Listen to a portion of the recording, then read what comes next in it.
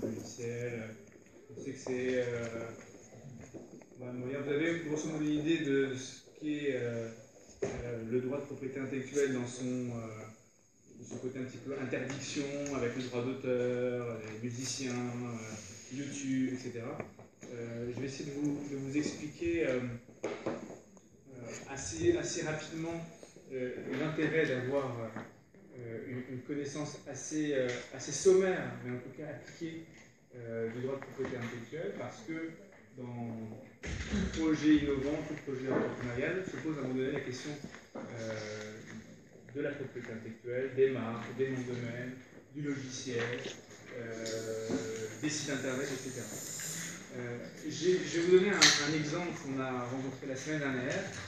Donc, closing de levée de fonds, 30 millions d'euros. On est en train de faire les due diligence et le cabinet qui représente les investisseurs en face dit à un moment donné qui est propriétaire du site internet. On avait un cas assez classique, lequel vous allez essayer de rencontrer dans les prochaines semaines.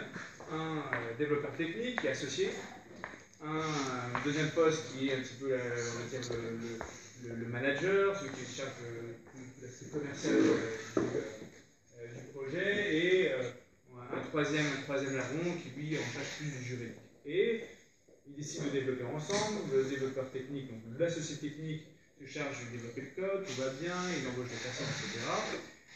Le site cartonne, un fonds d'investissement s'intéresse à eux, valorisation de la startup, et à un moment donné, on se demande, ok, c'est bien tout ça, mais qui est propriétaire du code? Il n'y a pas de salarié développeur, il n'y a pas de contrat de développement avec des freelances, il n'y a pas de contrat avec des SS2I, donc qui est propriétaire du code?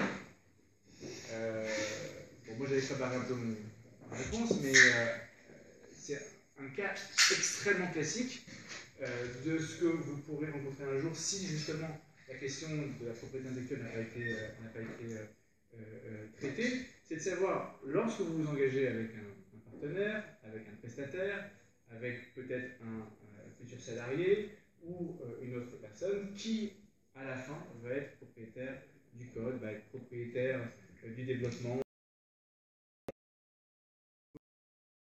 Donc l'idée, c'est bien de vous sensibiliser à ces questions, parce qu'aujourd'hui, plus qu'il y a encore quelques années, la propriété intellectuelle est un actif essentiel.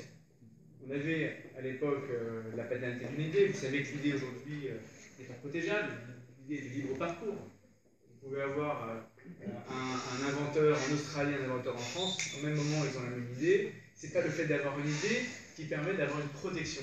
C'est comment on va transformer l'idée en projet tangible. Quand je dis projet tangible, ça peut être une invention. À ce moment-là, c'est le brevet qui vient de protéger le caractère innovant. Ça peut être une fonction informatique. À ce moment-là, c'est le code source du module informatique qui va être protégé. Ça peut être, par exemple, une accroche. Ça peut être sous la forme d'une marque. Pareil, la marque. Comment on protège une marque? La nécessité de recherche d'intégrité avant. Le nom de domaine. Bref, vous avez un ensemble d'objets de propriété intellectuelle sur lesquels je vais revenir assez brièvement pour vous donner un aperçu assez transversal de cette complexe matière de droit. Mais l'idée est de toujours d'avoir dans le point de votre tête qu'il y a un risque. Et quand il y a un risque, on doit anticiper les risques. Le risque, il peut être anticipé par contrat, il peut être anticipé par la société, par les statuts de la société, par le caractère d'actionnaire, etc. Donc, dès qu'il y a un risque, même infime, sur un élément de propriété intellectuelle qui est le socle direct ou indirect de notre projet, eh bien, il faut traiter la question, il faut se poser les bonnes questions. Qui est propriétaire?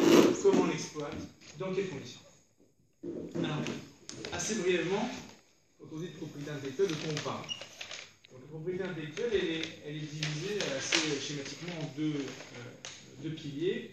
Il y a la propriété littéraire artistique et il y a la propriété industrielle. La propriété littéraire artistique, c'est la musique, le cinéma, le logiciel, étrangement, mais le logiciel rentre dedans. Vous avez les créations graphiques, les créations scéniques, bref, tout ce qui est le fruit de la sensibilité d'un créateur et qui s'exprime à travers son œuvre. Donc, vous pouvez avoir une musique, vous pouvez avoir un texte, vous pouvez avoir scénographie, vous pouvez avoir une chorégraphie. Tout ce qui est artistique est protégé par le droit d'auteur. Vous avez le droit voisin des droits d'auteur, qui est le droit des producteurs et le droit des artistes-interprètes, qui vient un peu compléter cet aspect purement artistique du droit de propriété intellectuelle. Le deuxième pilier, qui est un pilier un tout petit peu plus industriel, c'est pour ça qu'on l'appelle droit de propriété industrielle, a vocation à protéger l'investissement au travers de la création. Quand on parle d'investissement par rapport à la création, c'est, vous avez parfaitement visé, c'est les brevets qui protègent l'innovation et les marques. Je vous fais un schéma assez global parce qu'il y a des topographies de semi-conducteurs qui sont des particularités du droit de propriété intellectuelle et qui ne sont pas forcément évoquées lorsque on traite un projet entrepreneurial. Donc, la marque, qu'est-ce que la marque? C'est la protection d'un signe, qui soit vocable, qu'il soit textuel, verbal, qu'il soit semi-figuratif, figuratif, tridimensionnel. Et ce droit est reconnu par un État, en France c'est l'INPI, ça peut être au niveau communautaire, c'est l'OHI, l'Office d'harmonisation du marché intérieur, ça peut être aux États-Unis avec les USPTO. Vous avez donc un État qui reconnaît à un particulier ou à une société le droit exclusif sur un signe. Donc ici, c'est un mot ou une expression. Non, pardon, je t'interromps, mais du coup, si je dépose une marque à l'INPI, le périmètre ne s'étend pas qu'en France. Exactement. Et c'est cette question qui est primordiale lorsqu'on dit j'ai protégé mon nom, j'ai protégé ma marque, tranquille. Non. Toujours vérifier pour quel territoire de protection on a déposé la marque. Parce qu'on a tendance à croire que parce que vous avez déposé un nom de domaine, vous avez déposé une marque, tout d'un coup vous avez la paternité, l'exclusivité mondiale sur un nom, sur un signe. Non. Attention. Et je vais bien rentrer en détail parce que c'est un élément déterminant. Vous avez trois éléments essentiels dans la marque. D'abord, vous avez le signe. Le signe, c'est quoi? Est-ce que c'est un dessin? Est-ce que c'est un mot? Est-ce que c'est une succession de mots? On appelle la marque complexe. Ou c'est quelque chose d'assez banal? Il faut savoir que le droit des marques prohibe les expressions banales, le langage commun, le langage courant. On ne peut pas protéger des mots dans leur sens premier. Par exemple, une marque descriptive, vous prenez, on va prendre l'exemple d'Orange, c'est un exemple intéressant sur le plan jurisprudentiel. On ne peut pas déposer la marque Orange pour un fruit qui relève de l'orange. En revanche, vous pouvez déposer la marque Orange pour tout ce qui est télécommunication. Dès que la marque devient descriptive, elle est interdite et elle n'est plus protégeable. Deuxième élément, ce sont les produits et services qui sont attachés à la marque. Par exemple, vous pouvez déposer la marque Orange dans tout ce qui touche les télécommunications, donc c'est la classe 38, vous avez 45 classes de protection, mais ne pas toucher ce qui est logiciel, ou pas toucher ce qui est orfèvrerie, bijouterie, etc. Donc, très important de bien spécifier, de bien préciser le champ de protection de votre marque. Ça, c'est le deuxième point. Le troisième point, qui est un élément tout aussi essentiel, qui est l'antériorité. Qu'est-ce qui fait qu'aujourd'hui, prenons l'exemple du paddock, donc le paddock, la marque Le Paddock, je ne sais pas si ça a été protégé, là vous pouvez, si vous voulez, laisser sa place, justement sur l'exclusivité qui va vous être reconnue sur un nom, sur une expression, de bien vérifier si avant, il n'y a aucune antériorité. La recherche d'antériorité est essentielle. Si demain, lorsqu'on décide de déposer le paddock à l'INPI, eh bien, un nom commercial, une enseigne, nom de société, ou une marque préexistante, ou un élément de droit d'auteur ont été utilisés dans les mêmes produits et classes que le paddock, la marque ne pourra pas être déposée. Donc il y a un blocage juridique lorsqu'il existe des antériorités. Non, si je ne me trompe pas, si tu n'as pas fait l'antériorité, tu peux te déposer, oui, que ce sera caduc. Sauf qu'en fait, disons que la recherche d'antériorité, elle vient protéger le déposant. C'est-à-dire qu'au moment où il va décider de déposer sa marque, il aura, entre guillemets, la garantie de pouvoir le faire. Maintenant, dans la recherche d'antériorité, il y a des subtilités qui ne vont pas forcément apparaître. Notamment la question de nos domaines. Oui. Il me semble que normalement, il faut attendre 5 ans pour qu'une marque soit validée. Alors, c'est pas vraiment validé. Disons que en fait, vous avez l'obligation sur les 5 dernières années d'exploiter de manière continue et durable une marque.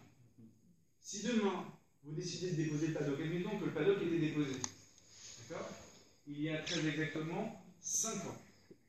Et pendant ces 5 dernières années, le titulaire originel de la marque Le Paddock ne l'a pas exploité, vous pouvez agir en déchéance de marque. Parce qu'elle n'a pas eu une exploitation paisible et continue pendant 5 ans. C'est plutôt une exception au droit des marques.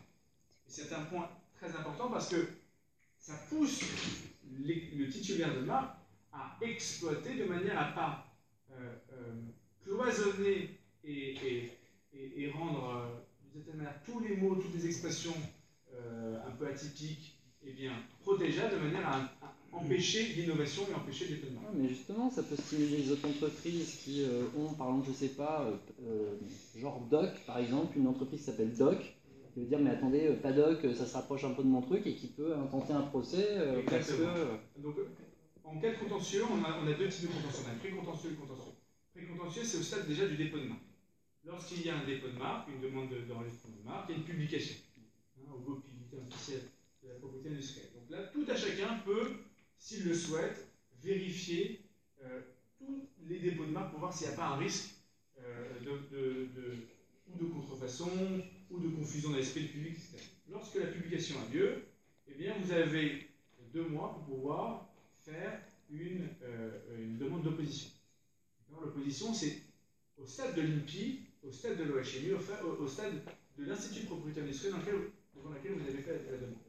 Donc, cette opposition, on va prendre le cas de l'INPI, est élevée devant le directeur de la propriété, devant le directeur de l'INPI, et vous allez argumenter l'un et l'autre, le déposant et l'opposant, sur le risque de confusion, le risque de reproduction identique ou similaire. Et le directeur de l'INPI va rendre sa décision et dire oui, il y a opposition, c'est valable, à ce moment-là, la marque va être invalidée totalement ou partiellement, si vous avez quelques places en commun, et donner sa réponse. Après, vous avez la possibilité de faire appel devant ce qu'on appelle le Paris. Ça, c'est la première phase de contentieux. La deuxième phase de contentieux, c'est vous avez déposé la marque, et on se rend compte, parce qu'on n'a pas forcément vérifié toutes les marques qui étaient déposées sur les 6 derniers mois, eh bien, vous vous rendez compte qu'un concurrent a déposé exactement la même marque. Et là, vous avez la possibilité de faire une action en annulation de la marque devant le tribunal de grande instance devant lequel vous vous dépendez. Donc, bien sûr, à tout moment, lorsqu'il y a un risque de confusion, quand il y a une reproduction identique ou similaire, vous avez la possibilité d'interdire le déposant postérieur d'utiliser la marque que vous avez déposée. Je reviens sur la question d'André, qui est la question territoriale. Quid de celui qui a déposé une marque en Italie, qui se rend compte que la même marque a été déposée en France, et qui demande en France de pouvoir empêcher le déposant postérieur d'avoir déposé la marque exactement identique.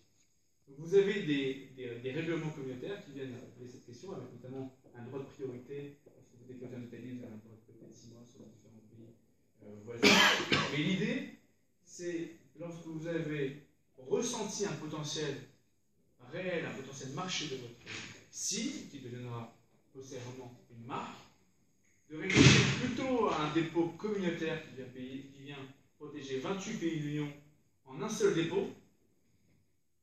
Pour juste un petit indicatif, dépôt d'une marque en 3 classes en France devant l'INPI, c'est 200 €. Dépôt devant l'OHMI, c'est 900 € pour 3 classes. Pour 700 € de plus, si vous savez que votre marché potentiel est un marché qui va au-delà de 2-3 pays, vous avez intérêt à déposer devant l'Office d'harmonisation du marché devant l'Institut européen. Donc, question que vous devez vous poser en droit de marque, généralement lorsque vous décidez d'arrêter une marque, c'est quel est mon marché de référence.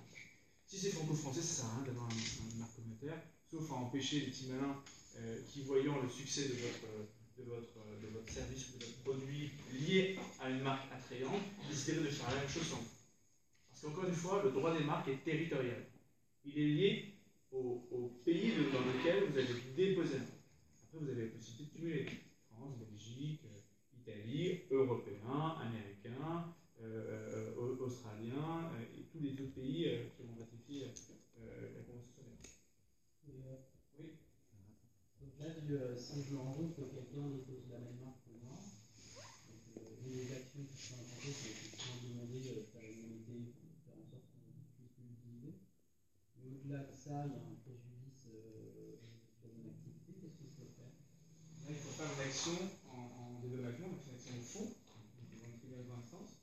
Et si vous rapportez la preuve qu'il y a eu un vrai préjudice économique, perte de chiffre d'affaires, j'ai n'importe quoi, hein. Vous commencez en 2015, vous avez un chiffre d'affaires de 100. Le nouvel entrant qui a reproduit votre marque, qui a de cette manière capté par effet de parasitisme tout l'effort marketing, tout l'investissement que vous avez réalisé autour de la promotion et de la mise en avant de votre marque, votre chiffre d'affaires juste après descend à 50, on arrive à faire le lien de cause à effet. Entrer sur le marché du concurrent qui utilise nos marques, perte de chiffre d'affaires de moitié. Donc quand on a un préjudice économique qui est lié à l'utilisation illicite, frauduleuse d'une marque, vous avez tout à fait la possibilité d'agir en justice pour demander, en plus de l'annulation de la marque, la cession de la marque, et bien les dommages intérêts. C'est une action qui est plus complexe parce qu'elle est au fond, c'est-à-dire qu'on va traiter au fond le dossier, et donc c'est plus long et un tout petit peu plus incertain parce que lorsque vous demandez à un magistrat de prononcer les dommages intérêts, il faut vraiment avoir un dossier un peu solide. Alors que le simple principe de l'annulation de la marque est presque binaire, où il n'y a pas d'antériorité, produit, service similaire, et risque de confusion, l'annulation, vous l'avez à tous les coups. Question qui vient. Je prends mon exemple. Vous avez un nom, enfin, le nom de votre produit est différent de celui de la société. La société est déposée au registre au RCS de Nancy par exemple. Est-ce qu'il vaut mieux protéger les deux ou se dire bon il est mis au RCS donc après tout il est déjà protégé et la question du RCS c'est la question de l'antériorité d'une dénomination sociale, d'une raison sociale, donc du nom de société, par rapport à une marque. Il faut savoir que la dénomination sociale est un élément d'antériorité qui suffit de pouvoir empêcher le dépôt d'une marque identique. La question, qui est une question pratique, et c'est ça que je vais vous répondre plus en pratique qu'en théorie juridique, c'est qu'en pratique, il faut réussir à rapporter la preuve que la dénomination sociale était suffisamment connue pour empêcher le dépôt d'une marque identique. Donc ma réponse pratique est déposer la marque en même temps que enregistrer votre société et plus spécifiquement sa dénomination sociale. Donc vaut mieux, de toute manière, c'est un actif qui aura de la pertinence au moment de la valorisation de la société. Parce que valoriser une dénomination sociale, c'est bien. Un nom de domaine, c'est super. Mais la marque, c'est quelque chose qu'on peut vendre, qu'on peut céder, qu'on peut louer, on peut permettre l'exploitation par un tiers sous forme de licence. Donc l'idée de l'actif, et on revient sur cette idée initiale qui justifie notre ici, c'est de repenser la propriété intellectuelle non pas comme une contrainte mais comme un actif de votre projet. Eh bien, l'idée est bien évidemment d'augmenter les actifs. Si vous avez une marque qui correspond à votre dénomination sociale, que la marque plaît, vous avez la possibilité après de l'exploiter autrement. Donc ma recommandation est de faire les deux. C'est vite, hein. On a une boîte ici qui s'appelle P2, donc c'est une boîte de solution d'épargne, qui est FinTech. Et juste après son lancement, il y a un concurrent, je ne sais plus s'il était français ou étranger, européen, belge, qui a lancé la même chose et qui s'appelle P2. Le nom est assez proche, avec la même connotation, le même service, le cochon pour qui arrive. C'est exactement le même nom. Et puis d'un côté, quel est le préjudice? La boîte, c'est une startup, elle fait pas encore de chiffre. Le calcul financier est pas simple. Le calcul financier est plus difficile. Le préjudice est plus indéterminable. Ouais. Maintenant, derrière chaque startup, il y a un investissement humain, un investissement financier. Il y a un potentiel de chiffre d'affaires, donc vous le mesurez avec le BP, et les KPI. Donc, à un moment donné, le fait d'interdire est peut-être plus important que de demander des dommages d'intérêt. La difficulté, elle est lorsque la juridiction, on choisit la mauvaise juridiction, on choisit la mauvaise forme, ça peut être le référé, ça peut être des parties sécurité, de procédures qui font qu'il vaut mieux avoir une décision rapide qu'avoir de dommages d'intérêt. En tout cas, c'est toujours ma recommandation. C'est que les dommages d'intérêt, vous allez voir avec peut-être 30, 40, 50 000 euros. C'est quoi 50 000 euros par rapport à 18 mois d'exploitation que vous avez perdu avec le risque de confusion? Ça, c'est le premier point. Le deuxième point, qui arrive très souvent, parce qu'on a un concurrent qui se rapproche un peu, c'est faire un accord de coexistence. Un accord de coexistence, c'est un peu sous la forme de délégation, c'est pas commutable. Bon, je ne sais pas qui a copié l'autre, bon, nous on avait une notariété, vous êtes arrivé après. Faites en sorte de modifier votre cible marché, votre cible produit. Nous on garde, par exemple, on avait 5 classes en commun, on fait 2 ou 3 chacun, et on accepte l'autre sur le marché. Ça, c'est une méthode intelligente lorsqu'on n'est pas sur des marchés des produits similaires. Et lorsqu'il y a un risque, l'agressivité est malheureusement le meilleur outil. Et surtout si vous faites un peu de base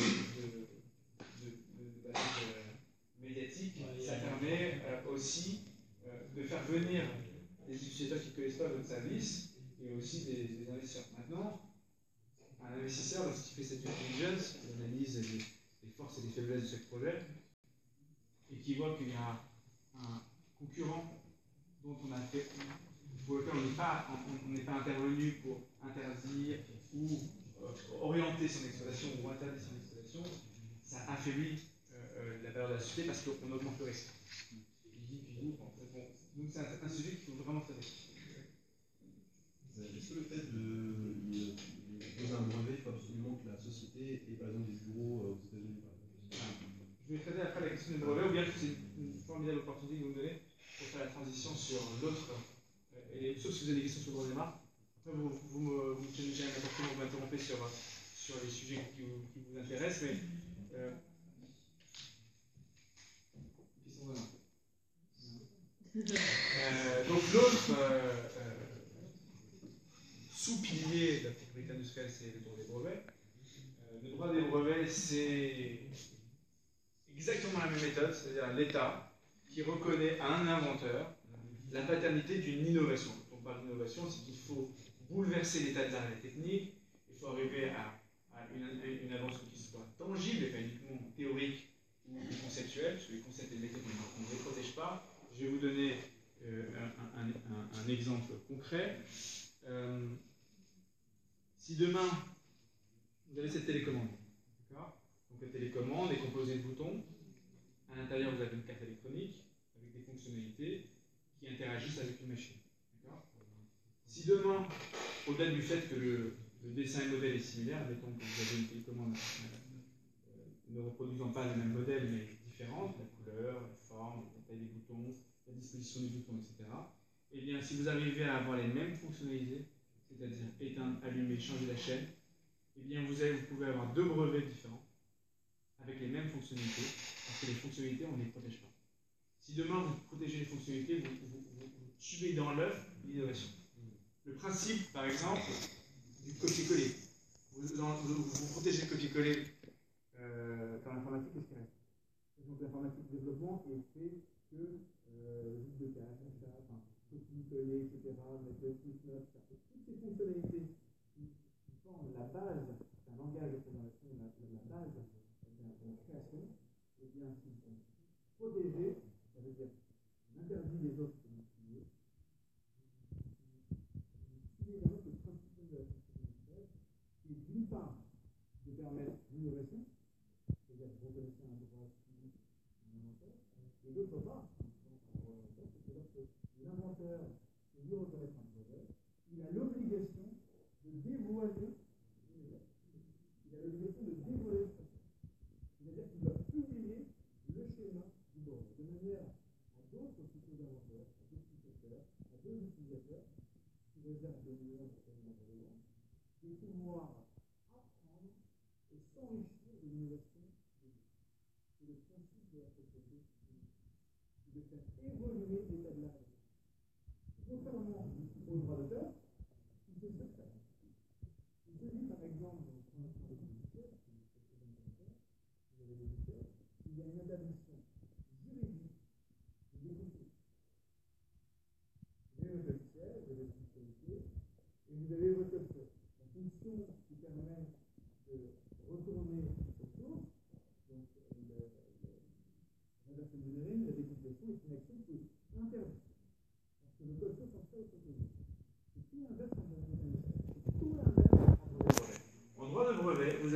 obligation, et c'est le principe même de l'exclusivité qui vous est donné par un outil, par un institut de propriété industrielle, c'est de dévoiler la méthode. C'est comme ça qu'on s'enrichit, c'est comme ça qu'on fait naître de nouveaux services, de nouvelles innovations, de nouvelles technologies. Donc, pour revenir à la question des brevets, qui est, est-ce qu'il faut avoir un bureau nécessairement là où se trouve l'exploitation du brevet? Non. Le brevet, en fait, est un titre reconnu par un État sur une invention dont on a reconnu la paternité. C'est-à-dire le caractère innovant est dépourvu d'antériorité. On revient à la même notion d'antériorité. C'est-à-dire que, et c'est un point important, je ne sais pas s'il y a des projets de brevetabilité sur le plan d'innovation de certains projets, mais ne jamais dévoiler un projet avant son dépôt. Si vous avez développé, si vous avez dévoilé, si vous avez communiqué sur une innovation, sur un projet innovant, avant de faire le dépôt, le fait de divulguer empêche le dépôt.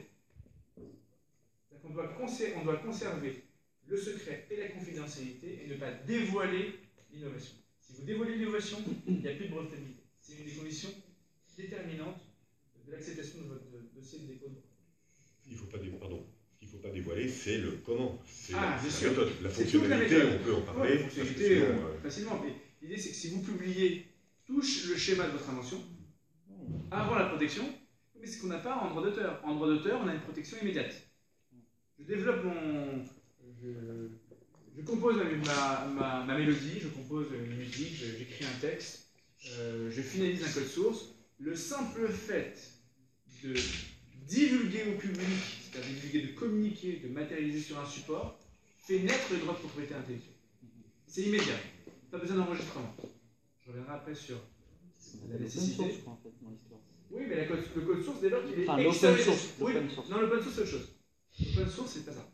L'open source, c'est lorsque l'auteur d'un code décide de renoncer à ses droits. Ah oui, d'accord. Vous avez le copyright et vous avez le copyleft. Creative Commons. Tous ces mouvements libertaires ont pour vocation de libérer l'accès au code source. Sous certaines conditions. Licence GNU, CG, etc. L'idée est de permettre à tous ces concepteurs un petit peu communautaires, libertaires, de permettre à d'autres développeurs d'utiliser des portions de code, etc., sous réserve de respecter les règles attachées à chaque licence dont dépend le code. Donc, code source, c'est tout l'inverse du droit d'auteur, dans le sens où, évidemment, on reconnaît la paternité, la protection, etc., mais sur le plan patrimonial, c'est une renonciation au droit. Donc, pour revenir sur le brevet et sur votre marque, c'est que, bien évidemment, la question n'est pas d'empêcher la protéger, le simple fait de divulguer l'existence d'une fonctionnalité, c'est tout le développement technique et technologique. Les schémas, les plans, la méthode, tout ce que vous allez remettre à un conseil en propriété industrielle pour qu'il prépare un dossier qui sera déposé devant l'INPI, devant l'hospital aux États-Unis, etc., devant chaque institut de propriété industrielle. Donc c'est très important de faire une distinction entre les deux, c'est une distinction un petit peu loin dans le détail, mais pour que vous ayez une idée de ce que comporte le droit de propriété intellectuelle. Alors vous avez un nouvel entrant qui n'est pas vraiment reconnu par le droit, qui est le nom de domaine, mais le nom de domaine permet d'antérioriser la marque. Vous avez des décisions de jurisprudence, vous avez des décisions de tribunaux et de cours qui ont reconnu au nom de domaine, parce que le nom de domaine avait une attractivité et une autorité, eh bien, une reconnaissance d'antériorité qui permettait à une marque postérieure de ne pas être déposée sans l'accord du titulaire du nom de domaine. Exemple, vente privée, venteprivée.com, nom de domaine qui a explosé à partir de 2005, forte notoriété de vente privée, leader dans le secteur de la vente privée, avec un nom fort, bon, un peu descriptif. Les petits malins ont essayé de déposer la marque, en pensant que le nom de domaine n'était pas un élément d'antériorité. Interdiction. Donc le nom de domaine est peut-être, lorsqu'on n'a pas le budget en marque, une méthode astucieuse pour pouvoir déjà avoir une antériorité pour déposer après le marque dans le budget. Si quelqu'un dépose un nom de domaine en .fr, que la marque n'est pas déposée, mais par contre que moi je décide de déposer la marque, Ouais. c'est moi qui ai l'usufruit sur le nom de domaine. Alors l'usufruit, c'est un terme. Non mais je veux dire, est-ce que je peux m'accaparer Vous pouvez, lorsqu'il y a lorsque vous avez déposé un nom de domaine, d'accord, qui d'une certaine manière a été prends un exemple tout simple. déposé Ouais. à des fins de cybersquatting ou typosquatting. Hein, je prends l'exemple de vente privée, venteprivé.com, et vous avez un venteprivé.fr, un venteprivé.net, etc. Lorsque le nom de domaine a été déposé à des fins de cybersquatting, c'est-à-dire qu'on squatte le nom de domaine pour le monnayer, vous avez des procédures qui s'appellent les procédures UDRP devant les domaine name registrars. Et là, vous avez la possibilité de forcer le transfert du nom de domaine.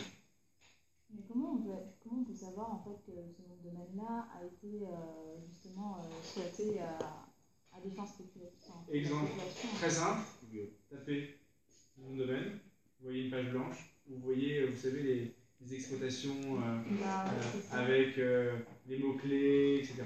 C'est pas voilà. Parce que nous, quand vous avez une exploitation qui n'est pas une exploitation commerciale d'un nom de domaine, mais plus pour monnayer à terme ou domain name for sale, etc., vous savez que l'objectif est de monnayer un nom de domaine qui est en lien direct avec un nom de domaine ou une marque préexistante.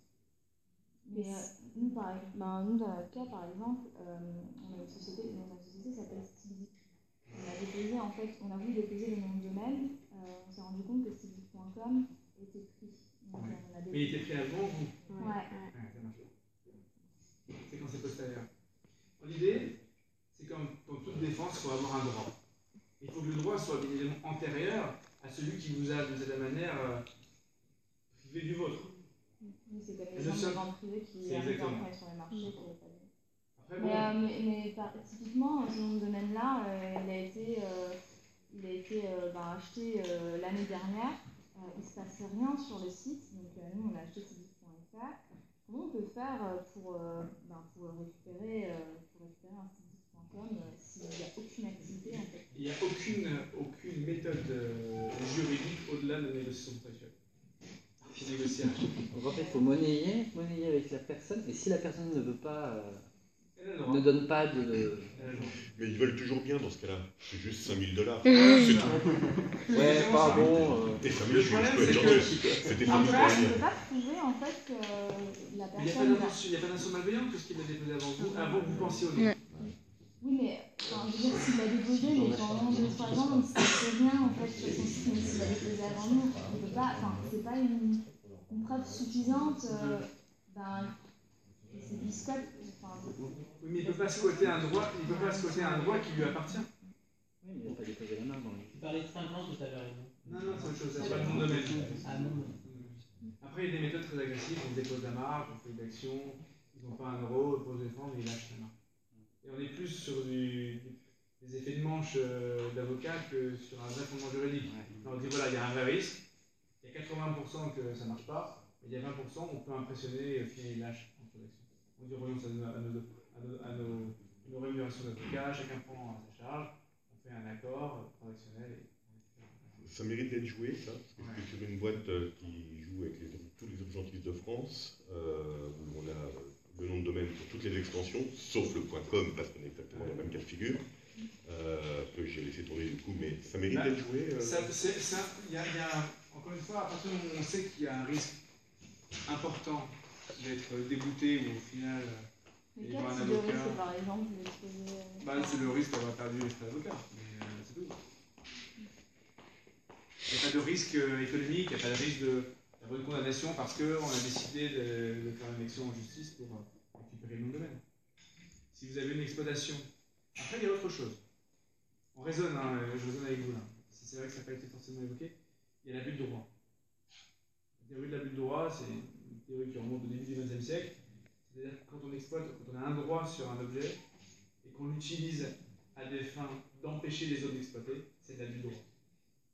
Exemple, 1905, vous aviez des ballons dirigeables, okay, Et vous avez votre lopin de terre, vous avez des dirigeables qui passent au-dessus.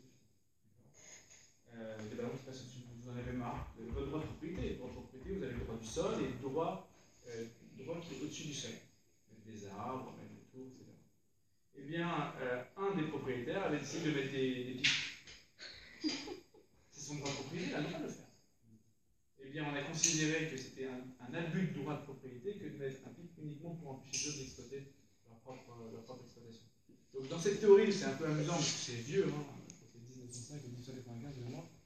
Et on est dans l'expression de l'abus de droit de propriété.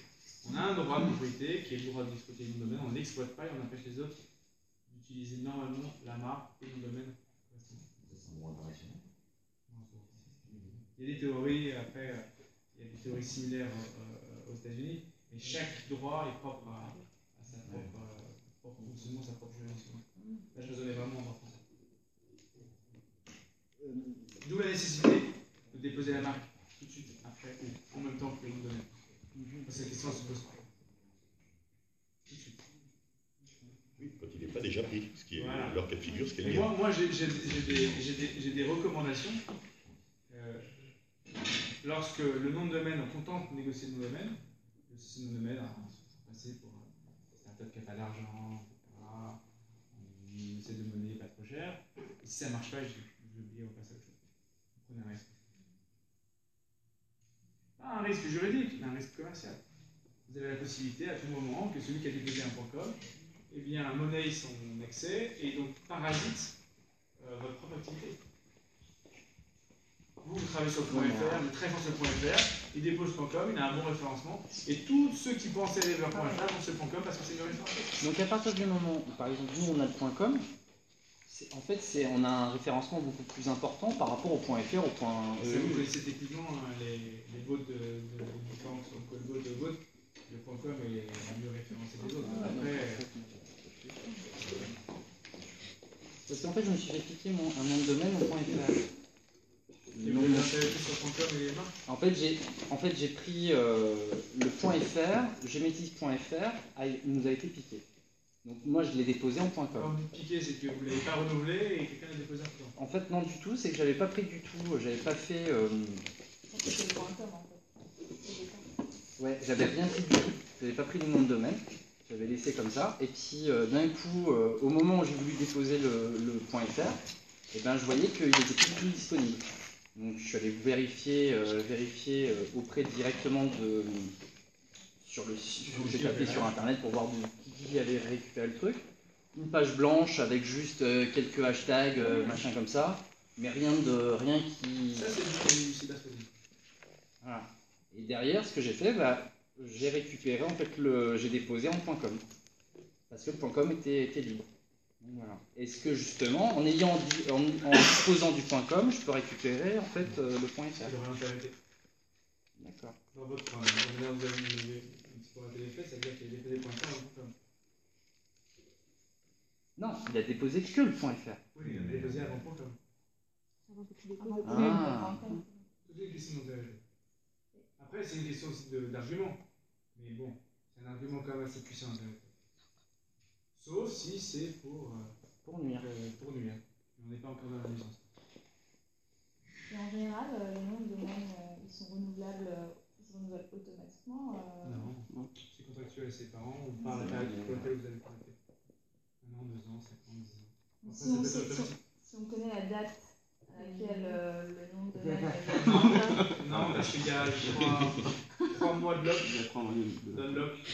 Il passe 3 mois après la date d'échéance pour unlocker le nom de domaine et vous donner la possibilité. C'est normal. Oui. Alors c'est ça, c'est sur les URL, mais il y a beaucoup de startups qui spécification disent toujours le leader du machin, le précurseur du Google, le meilleur du machin. Est-ce que on peut se faire attaquer pour le terme un peu de... Alors on dépasse la propriété intellectuelle, on restera une ramification de la propriété intellectuelle qui est le droit de la concurrence. Et le corrélat du droit de la concurrence au niveau des consommateurs, c'est le droit de la concurrence. Aujourd'hui, lorsqu'on annonce, avec un effet puissant, un leader, etc., et que cette information est fausse, c'est de la publicité trompeuse, c'est pénal. Donc oui, c'est grave. Après, bon. Mais leader, ça dépend de quelle façon. Leader, ça veut dire quoi? Leader d'un marché qui vous crée, oui, c'est sûr que vous êtes leader. Avec beaucoup de concurrence. C'est-à-dire que, après, c'est une question de terminologie, de choix des mots. Mais leader sur un marché sans concurrent, oui. Après, dire leader dans la restauration rapide alors que vous avez 0,1% de part de marché, c'est compliqué. Vous avez deux risques. Un risque des consommateurs et de l'administration. Il y a un risque de la GCRF, des députés qui viennent dire son administration en charge de la protection des populations et des consommateurs, qui vont dire vous faites de la publicité mensongère, la publicité trompeuse. Soit vous retirez, soit vous condamnez. Vis-à-vis. C'est assez large, ça va de l'amende jusqu'à de la peine. Avec des astreintes, modifier, changer le texte, des publier sur la homepage, l'interdiction, ça peut être long. Et vis-à-vis du concurrent, le concurrent qui lui se voit débarquer dans un leader, alors qu'il n'est pas du tout leader, il a juste 2 semaines d'existence sur RCS, là on a la possibilité d'interdire et de demander dommage à perte. On est sur quelle réponse?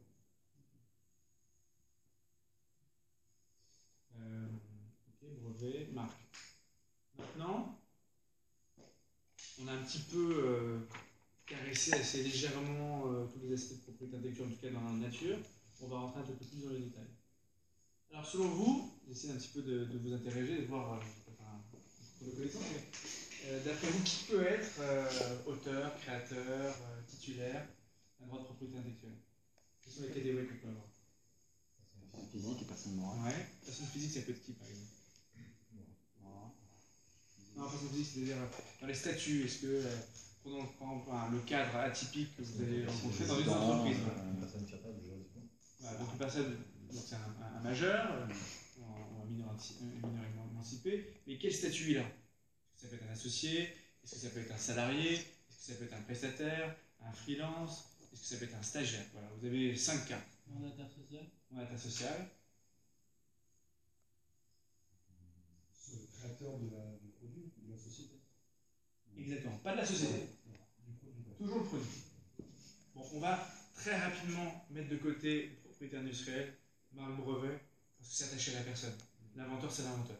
Même si dans certains cas, lorsqu'une invention a été développée dans le cadre spécifique d'un contrat de travail, dans le cadre spécifique d'une entreprise ou pour le compte d'une entreprise, il y a une cession au profit de l'entreprise. Je reviendrai après sur les méthodes pour pouvoir s'assurer que la propriété de la marque et du brevet sont bien celles de la société qui va l'exploiter. Donc on a d'abord un auteur, un créateur, un développeur. Il peut avoir plusieurs statuts. Il peut être d'abord stagiaire, puis associé, salarié ou freelance en travaillant à côté. Donc, ce qui est très important de savoir, et là je vais me cantonner au logiciel, pas forcément création graphique ou autre, mais on va se cantonner au logiciel, c'est de bien vérifier, lorsque vous montez un projet, que celui avec lequel vous allez collaborer, en qualité d'associé, en qualité de mandataire social, en qualité de salarié, de stagiaire, eh bien vous a bien cédé la propriété intellectuelle. Vous voulez dire que ça se fait pas automatiquement? Pas du tout. Il y a un principe essentiel en droit d'auteur qui n'est pas décrit, pas de droit. Sauf un cas qui est la création logicielle dans le contrat de travail où il y a une présomption automatique à l'employeur, sous réserve du contrat de travail adapté. Tous les autres cas, un développeur qui soit associé, qui soit mandataire social, stagiaire ou autre, s'il n'y a pas de contrat de cession, le code lui appartient. Je pensais qu'un brevet pouvait être déposé que par une personne morale. Non, brevet, non. Représenté par une personne Non, physique. brevet, ça peut être déposé par une personne physique avec un auteur personne physique, c'est l'inverse. Ah, C'est qu'un l'auteur d'un brevet, l'inventeur, est forcément une personne physique. oui, mais je pensais que c'était obligatoire d'un point de vue légal, ça devait être représenté par quelqu'un de On n'est moral. pas obligé juridiquement d'avoir une société pour exploiter un brevet. Non, c'est plutôt l'inverse. C'est-à-dire qu'un inventeur ne peut pas être une personne morale. Oui, d'accord. Le titulaire, l'exploitant, oui. Par le biais d'une scission, par le biais d'un contrat, etc. Aujourd'hui, par exemple, toutes les sociétés qui ont déposé des brevets, C'est purement, c'est pas une personne physique qui a déposé c'est des brevets. purement par intérêt économique. Et vous avez déjà des entreprises qui investissent. Ouais, je suis d'accord, mais Mais c'est pas une obligation légale. 99% des personnes qui développent des brevets sont des entreprises, sont des personnes Qui morales. est des- Oui, mais c'est pas parce que vous avez 99% des déposants qui sont des personnes morales que c'est une Ah obligation. oui, d'accord, je comprends.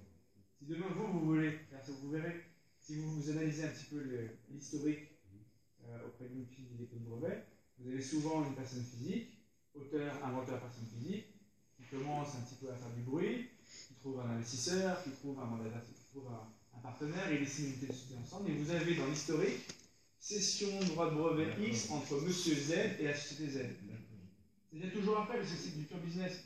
Je m'en souviens, on vient me voir en me disant est-ce que c'est important de monter une société? Ah oui, vous pouvez développer votre site internet, l'éditer, on n'a pas de numéro de TVA communautaire, vous n'enleverez pas les charges, pas d'optimisation fiscale. Bien sûr, vous pouvez le faire.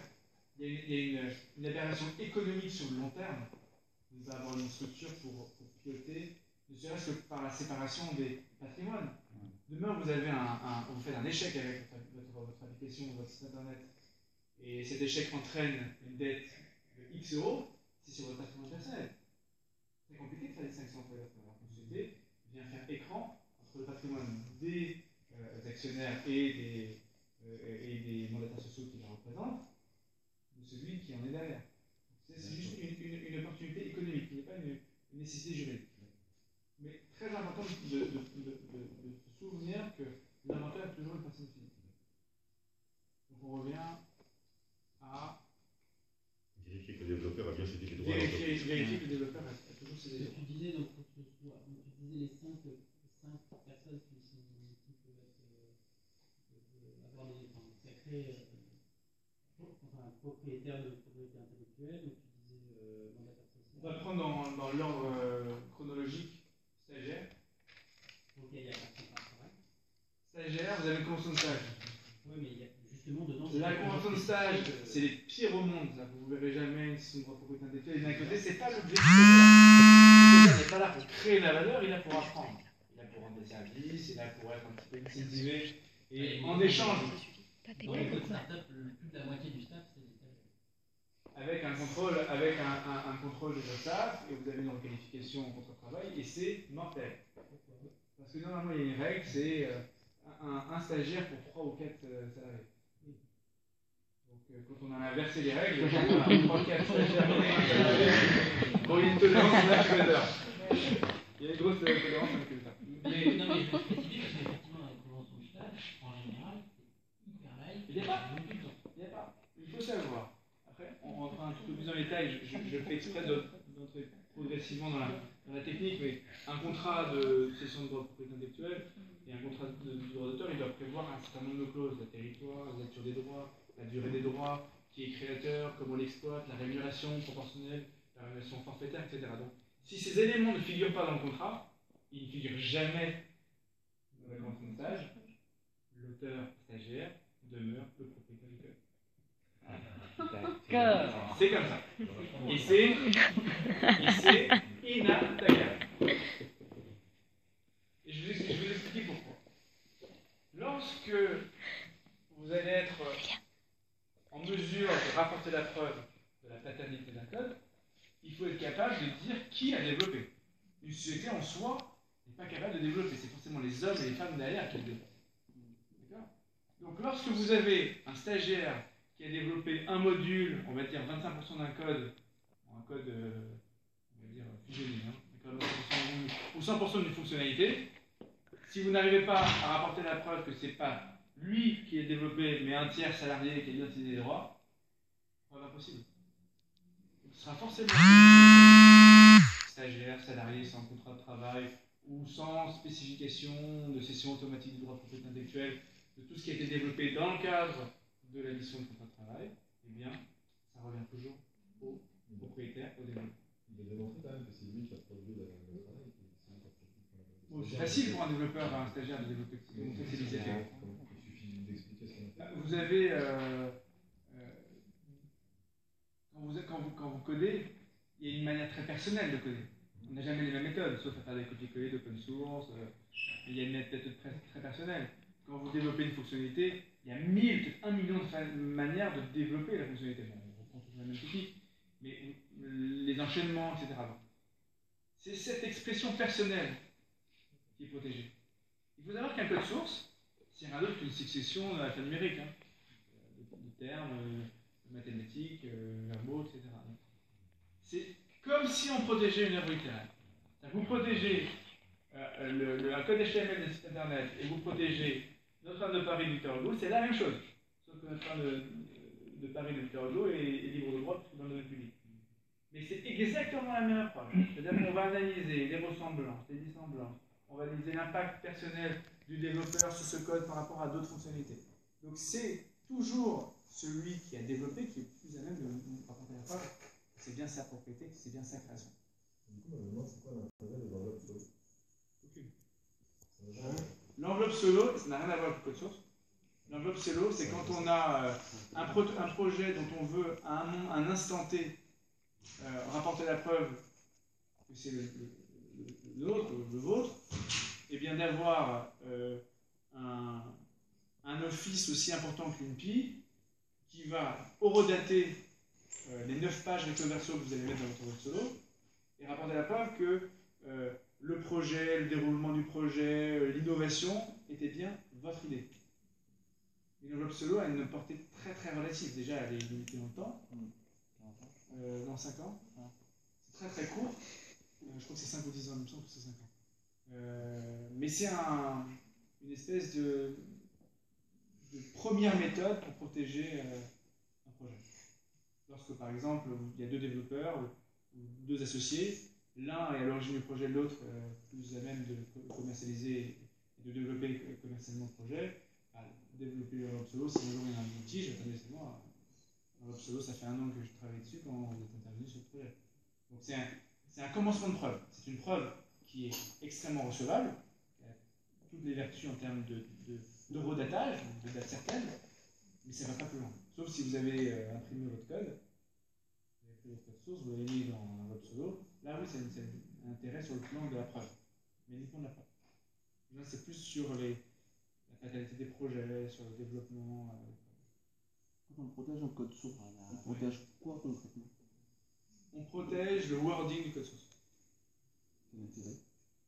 C'est que demain, quelqu'un qui aspire votre code et qui développe sans aucune altération, sans aucun aménagement, elle le fait sans aucun effort intellectuel. Vous développez bien sûr toutes les fonctionnalités, mais les fonctionnalités ne sont pas protégeables en tant que telles. Donc c'est dans le code source, il y a plusieurs éléments, dans le logiciel, on va dire le logiciel. Dans le logiciel ou dans un site internet, vous avez plusieurs éléments structurants. Vous avez donc la racine, qui est le code source. Vous avez donc tout ce qui va permettre l'exercice des fonctionnalités. Après, vous avez la charte graphique. C'est tout le travail qui a été fait sur le plan graphique pour améliorer l'ergonomie, pour améliorer l'utilisation, la lisibilité des informations, etc. Et après, vous avez tous les différents modules informatiques qui, eux, sont utilisés uniquement pour atteindre une fonctionnalité. Vous avez le code source, les fonctionnalités logicielles propres, et vous avez la charte graphique qui vient faire un peu l'habillage. Donc ces 3 éléments sont les éléments qu'on protège à travers le droit d'auteur. Quand on dépose, en général, et c'est une de mes recommandations de manière générale, c'est que certes, on a un droit automatique sur son logiciel dès lors qu'il est matérialisé. Quand je dis matérialisé, c'est mis sur un support ou publié. Là, on a reproduction, publication. Dès lors qu'on a extériorisé de sa réflexion intellectuelle, eh bien, on est protégé par le droit d'auteur. Après, la question qui se pose, c'est comment rapporter la preuve que j'ai bien publié à cette date-là, ce jour-là, et que certains l'ont vu. Donc, ma recommandation de manière générale, c'est quand on a déposé un code et que le code a une valeur certaine, de faire un dépôt. Un dépôt devant qui? On a plusieurs méthodes. Première méthode, c'est devant la Rolls-Royce des dépôts, qui est l'Agence de protection des programmes, l'APP, qui va recevoir plusieurs copies de votre code source et qui va l'horodater, c'est-à-dire qu'il va garder une copie, reconnaître le nom de l'auteur, de l'exploitant, potentiellement le titulaire, la personne morale, et lui mettre une date certaine. Avec une copie, elle vous rend une copie. Le jour où il y a un litige, vous pouvez interroger l'APP qui vous fait un rapport en vous disant telle date, telle personne, telle société est venue déposer ce code source qui est sa propriété. C'est un C'est un- les mises à jour temporaires, On peut faire du versionning, et tout est possible. Mais c'est un coût. Ça, c'est la première méthode lorsqu'on a, on a le budget. On a le budget, mais c'est un coût qui est ridicule par rapport au potentiel en termes de valorisation. Vous avez une méthode qui est plus simple, huissier de justice. Vous prenez une copie, il garde la copie, il met au registre des minutes, il vous rend un procès verbal de dépôt. Et le jour où il y a un litige, vous demandez à l'huissier de justice de remettre l'enveloppe scellée. Et devant un magistrat, ils ouvriront l'enveloppe, le CD, mettront le CD, compareront avec un expert. Ce sera un élément déterminant dans la preuve de l'antériorité, c'est-à-dire de la date certaine de développement de votre logiciel ou de votre site internet. C'est quoi votre conseil par rapport aux stagiaires alors dans ces cas-là? On fait quoi alors? Parce que dans les conventions de stage. Aujourd'hui, est-ce que votre stagiaire. On en parlait tout à l'heure, mais. Est-ce que votre stagiaire développe? S'il est amené à développer. S'il est amené à développer, idéalement, il faut le rémunérer pour la cession de ses droits. Ou le mettre dans la convention, ce qui est très rare. Soit, comme on peut faire des sessions forfaitaires, il a développé, je dis n'importe quoi, 12, 13, 14, 20% du code, rémunération. Par exemple, il a sorti un logo, il sort un logo, il sort tout un. Logo, sauf avis contraire dans la convention de stage, la création graphique demeure la propriété du stagiaire. Non mais c'est une révolution, mais je sais, hein. D'accord.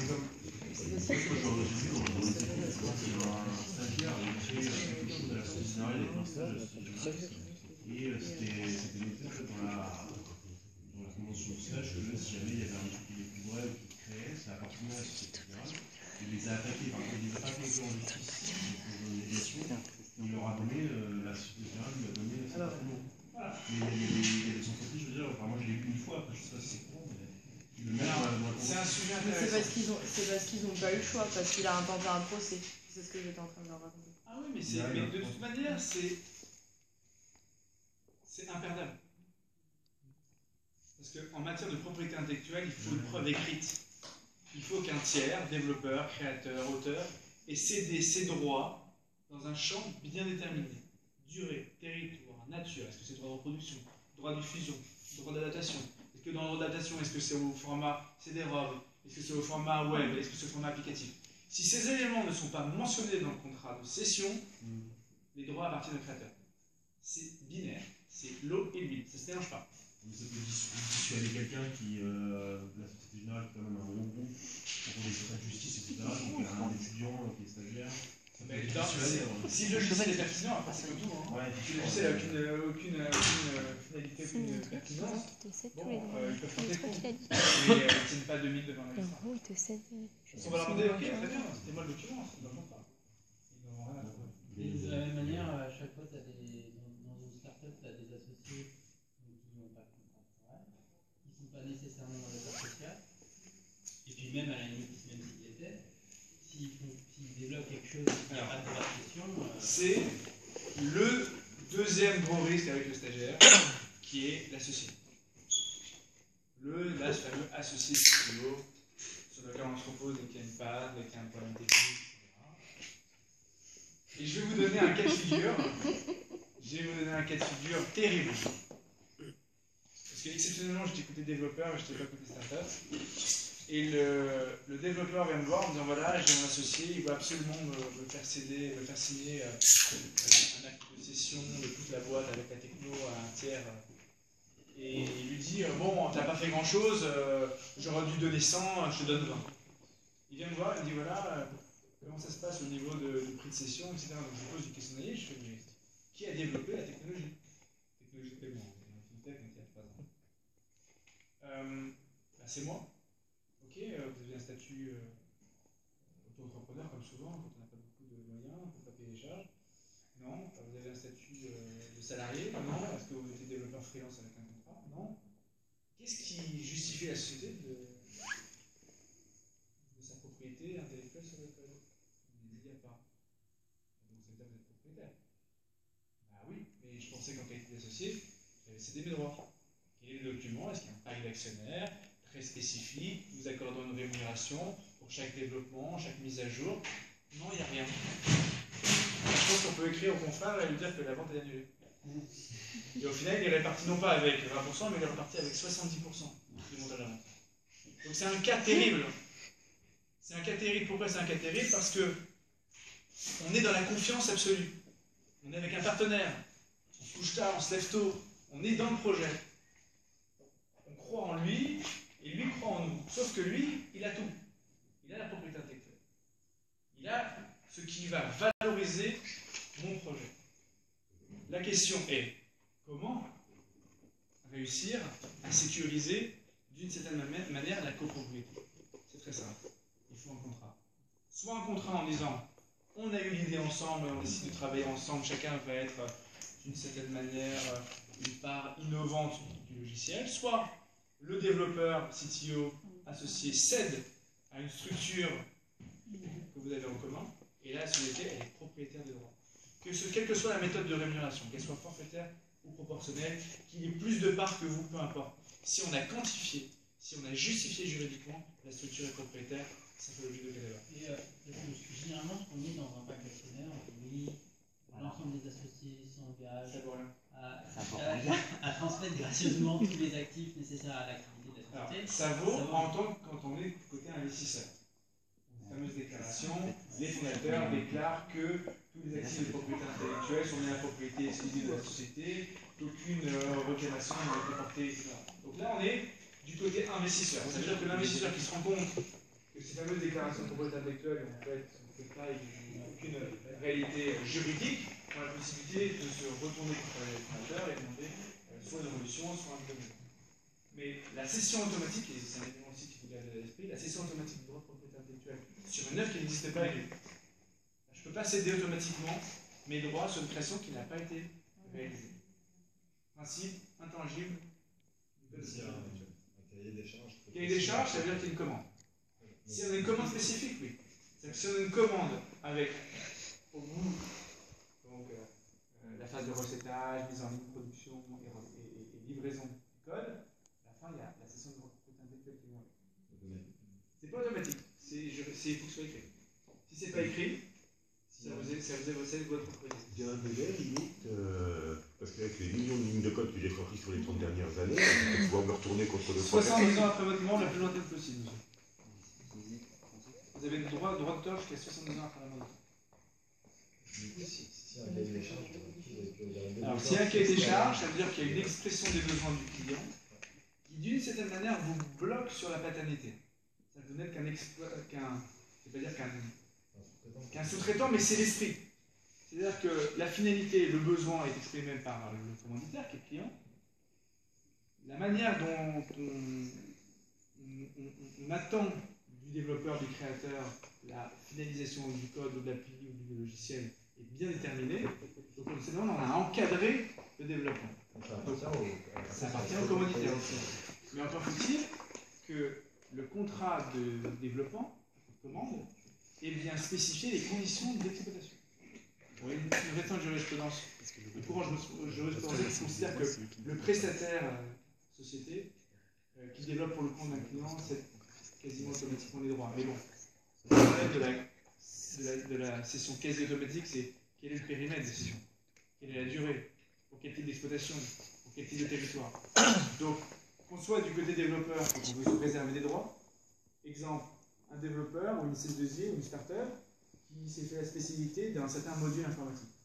C'est sa fatalité, c'est son savoir-faire, c'est sa richesse. Et un client vient le voir, est-ce que ça vous embête de me faire une marque grise, une marque blanche? Je prends un peu votre techno, je l'adapte, je modifie 20%. Attention au contrat, parce qu'on ne va pas céder son actif principal, on va céder uniquement les développements spécifiques, ce qu'on a adapté uniquement aux couleurs et aux besoins du client. Le contrat est déterminant. Si vous prenez un contrat sur Internet quelconque, vous faites cession automatique, vous perdez tout. Alors que vous n'avez qu'à céder les droits exclusifs que sur le développement spécifique. Ce que vous avez adapté, individualisé au nom du client. Donc la question de droit de propriété intellectuelle se pose tout le temps quand on est dans l'innovation. C'est-à-dire qu'on soit du côté CS2I, développeur, créateur, freelance, ou qu'on soit du côté client, utilisateur, exploitant. Ça, c'est important.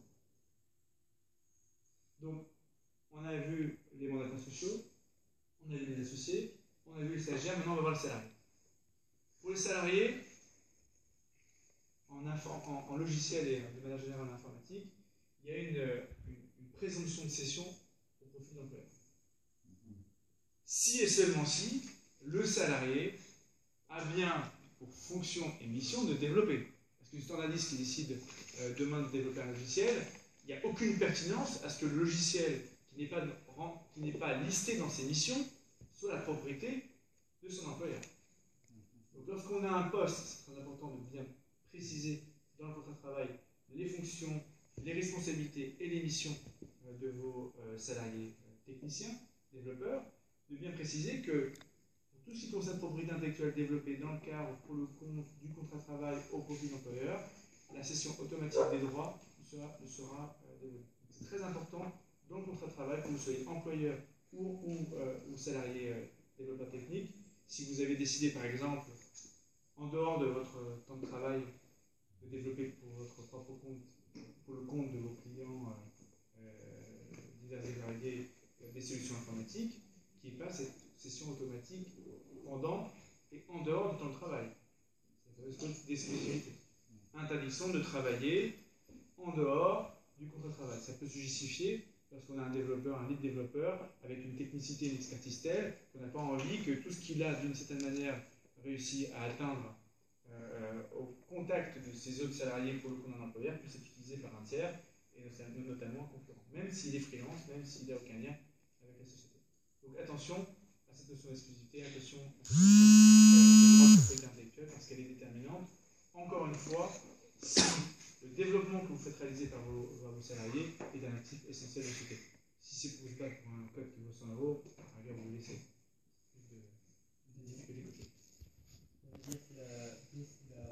Les caractéristiques de la fiche de poste sont hyper sont essentielles, parce qu'en gros, je pourrais être tenté, pour être certain que tout ce qui développe dans la boîte, d'élargir au maximum la fiche de poste. Exactement. Mais si elle est trop large, elle est quali. Non. Après, une fiche de poste, on va prendre l'exemple hybride directeur marketing. Donc, le directeur marketing, il charge quoi? Il charge du marketing, de la communication, de la stratégie. Bon. Si c'est un bon directeur marketing, il met un peu les mains à la pâte, il connaît Photoshop, il a des initiatives graphiques, etc., etc. Il peut peut-être même à l'origine d'un logo qui après va être sous-traité ou confié à un tiers, etc. C'est très important pour ce type de poste d'avoir cette fameuse phase et le cas échéant développera et créera du contenu artistique qui sera la propriété de l'employeur. Fiche de poste, là, c'est intéressant. C'est pas intéressant pour un directeur administratif, sauf si dans votre structure, vous développez des logiciels à gestion administrative. Là, ça a du sens parce que sa maîtrise de l'administration, sa maîtrise de gestion des tâches administratives aura du sens dans le développement d'une solution logicielle adaptée. Après, on peut tout à fait, par voie d'avenant, étendre l'émission, on se rend compte qu'elle a développé dans son coin un super logiciel, il acceptera avec une rémunération supplémentaire. Ouais. Si la mission du contrat de travail n'est pas le développement ou la création de contenu, il faut une rémunération supplémentaire. Comment aussi pour les apprentis, du coup, parce qu'il est sous le contrat de travail, mais c'est également avec une convention, qui est un select aussi, quoi. Ça se passe comment? Tout ce qui n'est pas écrit spécifiquement permet à l'apprenti d'être le propriétaire, le concepteur du droit. Bien qu'il y ait contrat de travail. Ça dépend. Tout dépend du contrat de travail.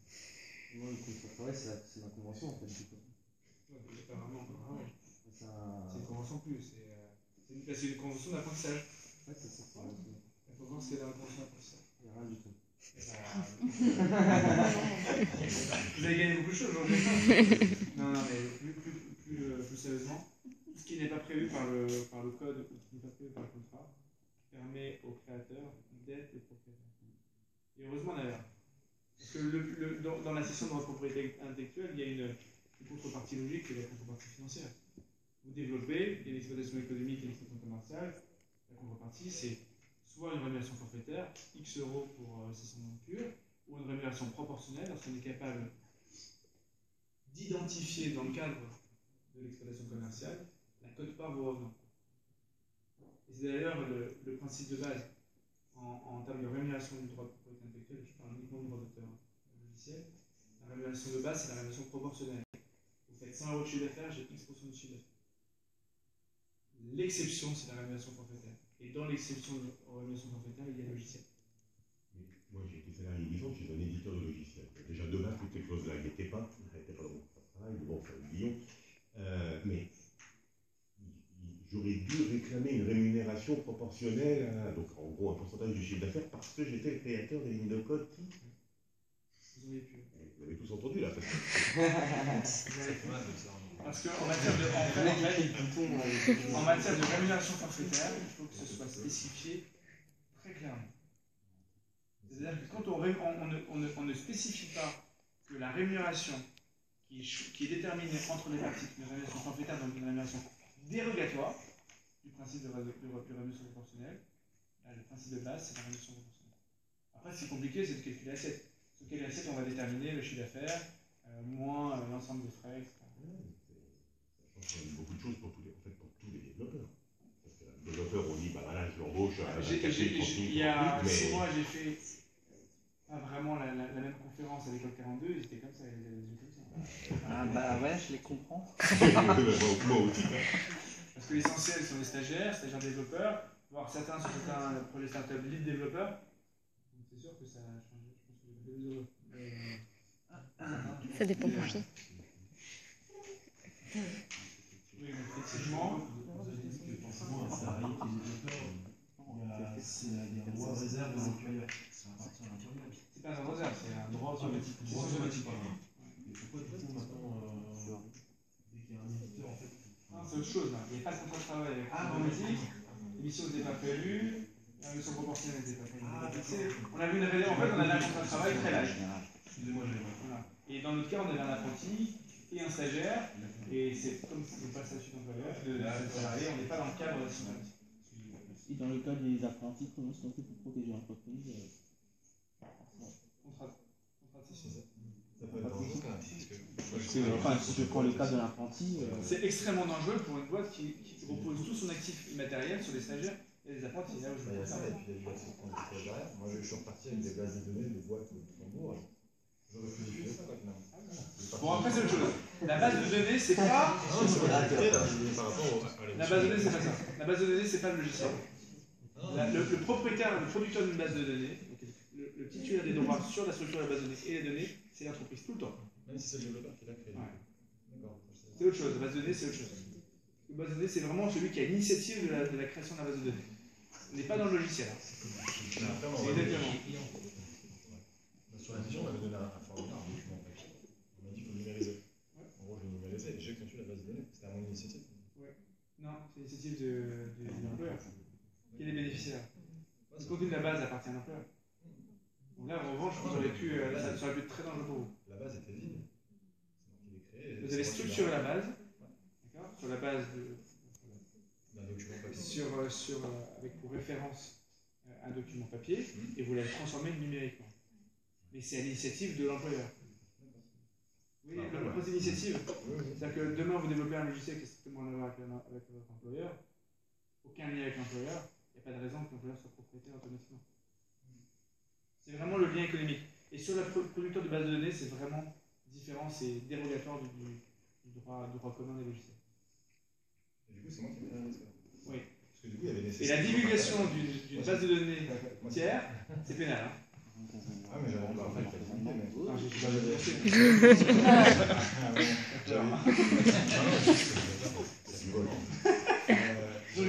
J'avais un projet de stage à réaliser, une mission de stagiaire, j'avais une soutenance à faire dessus, si je repartais pas avec ce que j'avais. Oui, il y avait une tolérance. Une tolérance dans les stages. De toute façon, je ne savais pas, donc une tolérance. Non, si vous mettez. Moi, je sais que sur les. On m'a souvent communiqué des conventions de stage, je vais dire ce que j'en pensais. Ok, bon, la convention de stage qui est de 2 pages, elle est repartie dans le 10 à la position automatique. Il développe tel module, c'est X euros par module.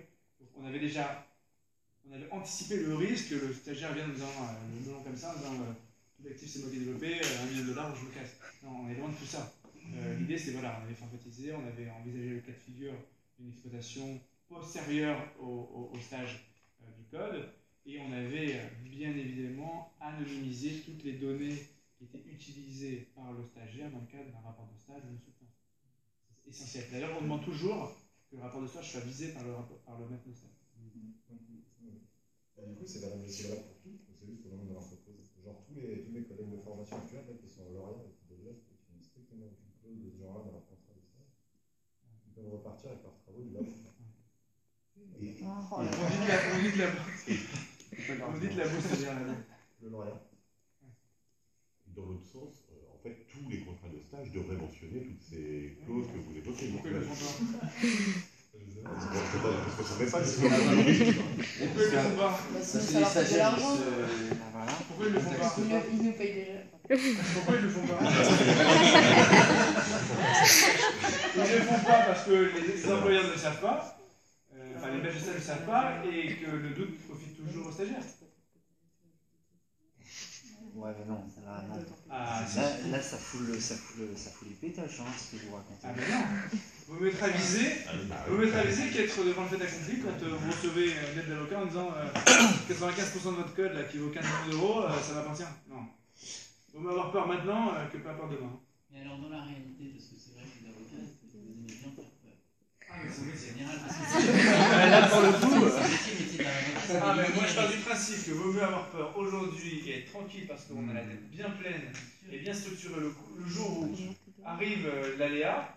Ah, je me souviens, oui, on avait une conférence, il faut le contrat, il faut vérifier. Juste ce réflexe-là. Je vous demande de rien retenir de ceci, c'est très bien, mais juste avoir le réflexe. Si vous avez le réflexe, genre, il y a des choses qui ne sont pas très bonnes. On va quand même vérifier. Condition de stage, non, condition de stage, pas. Contrat de travail, non. Si on doit proposer un mutuel, est-ce que le territoire, la durée, non. Ah, c'est pas. Bon, on va quand même essayer de se renseigner pour vérifier que vous appartient avant d'avancer. Ce que je veux dire, c'est que comme tout à l'heure, tu parlais de la protection des marques et des mutuelles. Quand on gère une boîte, on a toujours qu'un arbitrage parce qu'on a l'argent et puis dans la réalité, ça arrive souvent d'avoir des stagiaires qui sont comme ça. Non, peu, parce que Faut le savoir. On arrive à 1 sur sa bouche. 2. Arrêter de travailler après. Non, c'est pas ça, c'est que. Après, c'est comme un salarié procédurier. Il commence un premier emploi, tout de suite il achète au prud'homme, il demande des centaines de millions de dollars d'intérêt, il essaie de retrouver un autre emploi. Deuxième emploi, il voit une chose, il conseille le prud'homme pour rien parce qu'il a été arrivé de travers. À un moment donné, vous avez une réputation. D'accord ? Un stagiaire, on a vocation, normalement dans un bon choix de stage, à demeurer dans l'entreprise, à grossir avec l'entreprise, à évoluer avec l'entreprise. Donc, vaut mieux dire, moi je suis d'accord pour ces droits, mais vous me ferez un poste pour moi, que de dire, je vais vous faire une action pour votre startup à 2 000 euros. C'est cette réalité-là aussi. Moi, j'ai rencontré personnellement ce cas-là, une startup dans laquelle j'avais investi, et on avait trouvé un développeur, il devait développer le code, ce qu'il a fait, et le jour où je lui ai envoyé le contrat de cession, donc code contre des actions de la société, il m'a dit non, on avait tapé dans la main sur 10%, il m'a dit c'est pas 10, c'est 50. Je dis pas de problème, au revoir monsieur, au revoir madame. Et dans l'intervalle, on a trouvé quelqu'un d'autre qui a développé de manière astucieuse sur la base de son code, en reprenant les mêmes fonctionnalités mais en développant différemment. Donc on a contourné les droits de propriété intellectuelle sur le code initial, on les a donné des actions et tout s'est bien passé. Donc il faut toujours avoir l'alternative et ne pas jamais le couteau sur la gorge, surtout quand on a un développement qui est assez. Je sais qu'on peut compter sur les avocats pour contourner. C'est vrai que c'est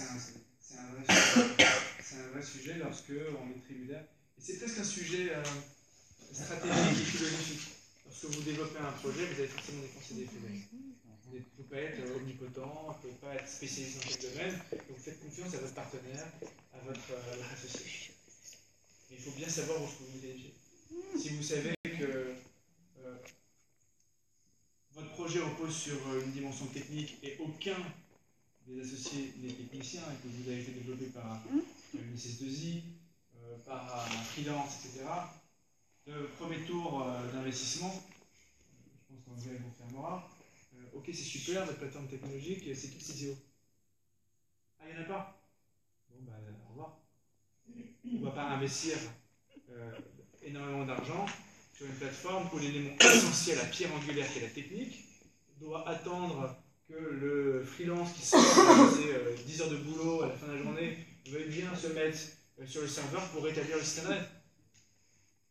C'est du pur business. Donc à un moment donné, pareil, on dépasse de recompétence intellectuelle, on est plus sur la réflexion entrepreneuriale, savoir exactement quelles sont vos forces, quelles sont vos faiblesses.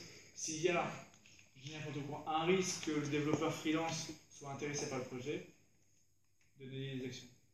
Ou des actions, des BSPCE, des BSA, des fonds d'intéressement, des stocks, ce que vous voulez, et qui soient intéressés le jour où il y a une réunion avec un fonds, avec un tour de table, qui soit là, toujours pour répondre aux questions techniques. Déjà, ça sécurise la team, ça sécurise l'investisseur.